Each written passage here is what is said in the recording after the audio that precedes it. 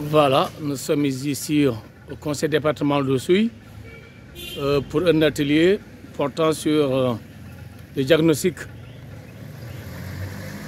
Portant sur la mise en place du plan d'aménagement et de gestion de l'aire marine protégée Oufoyal, Kassa, Bandial, UKB.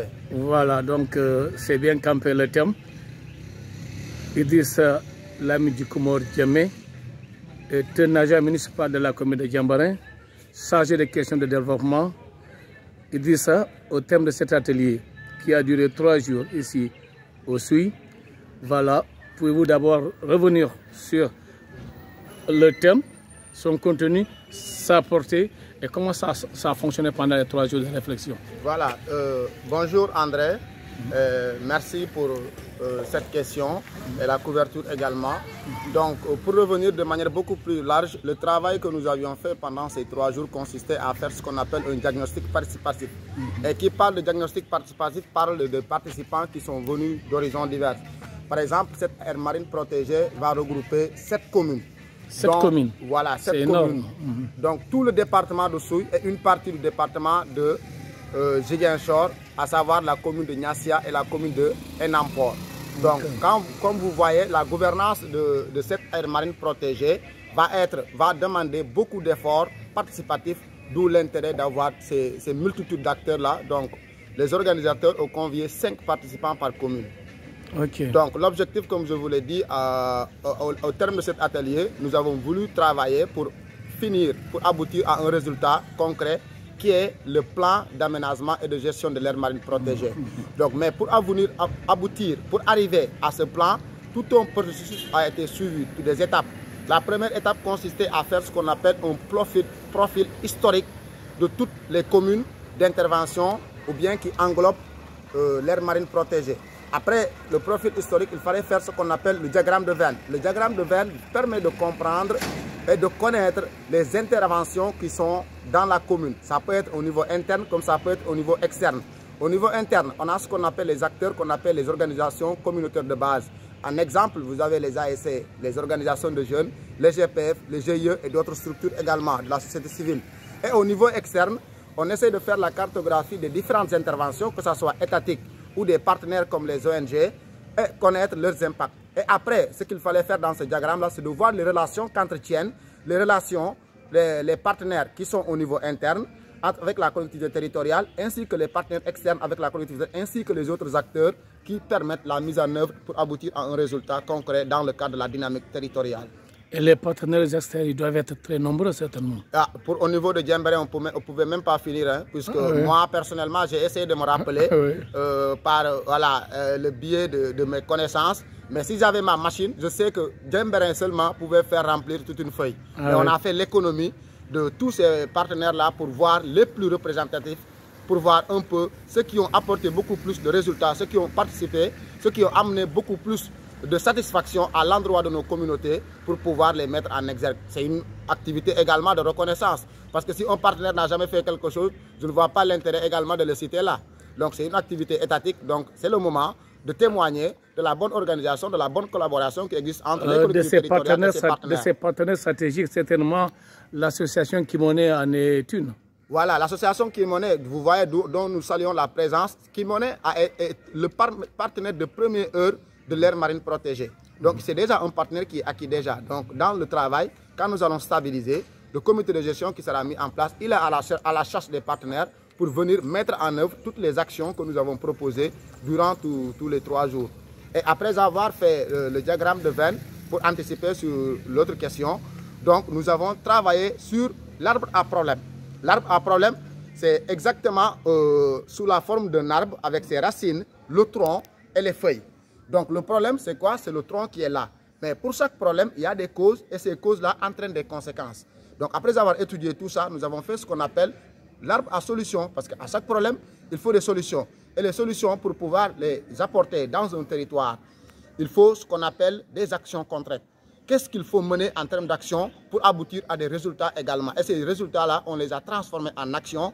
Et ce sont ces actions-là qui vont être ce qu'on appelle les objectifs. On a à la fin de ces travaux-là, définir 4 objectifs principaux concernant la restauration des écosystèmes marins, côtiers, exactement la restauration des ressources, la restauration des terres salées, ainsi que la communication. Comme vous le savez, la communication joue aujourd'hui un rôle important pour pouvoir permettre la sensibilisation, pour pouvoir conscientiser également les populations. In fine, une aire marine protégée apporte plus de solutions qu'elle n'apporte de problème, contrairement à ses profondeurs. Effectivement, l'aire marine protégée, il faut dire que c'était une demande. C'est un processus qui a pris des années depuis les années 2017. Donc c'est la commune de base, les collectivités territoriales ainsi que leurs populations qui ont aimé le besoin de préserver leurs ressources. Au niveau du département d'Oussouye, on l'a toujours dit, de manière locale, les populations ont toujours préservé l'environnement. Mais aujourd'hui, avec l'évolution, donc ils ont demandé la reconnaissance juridique effective de cette aire marine protégée. Ce qui a fait que le président de la République a signé un décret qui a donné la force à cette direction des aires marines protégées de venir s'approcher des populations pour pouvoir faire le travail tel que les populations l'ont souhaité. Donc au sortir de cet atelier, on peut dire que le plan d'aménagement de gestion de cette aire marine protégée a été stabilisé. Reste maintenant sa validation. Voilà, donc avant la validation, ils ont dit qu'ils vont nous envoyer le brouillon que nous allons amender à notre tour pour voir un peu si ce que nous avons exprimé en termes de besoins a été bien pris en compte et on les envoie. Donc dans ce cas, ils vont faire un document final et ils reviendront à la fin pour valider le document et mettre en place ce qu'on appelle le comité de gestion. C'est ce comité de gestion-là qui va faire le plus gros travail, c'est-à-dire les actions et les objectifs qui ont été visés, essayer de les atteindre. Au bout de 5 ans, ils reviendront après pour faire ce qu'on appelle un travail de suivi, voir un peu ce qui a été proposé. Est-ce que ça a été atteint? Est-ce que ça a été fait? Si ça n'a pas été fait, quelle a été la contrainte principale? Donc c'est ce travail-là qui sera fait, un travail de planification. Voilà, il dit, vous avez suivi, vous avez déroulé tout au long donc, de cet atelier.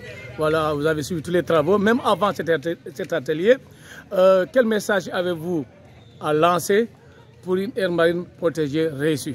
Donc le message que j'ai à lancer, c'est d'abord à l'endroit de l'État. C'est d'accompagner, de financer les actions qui ont fait l'objet de propositions.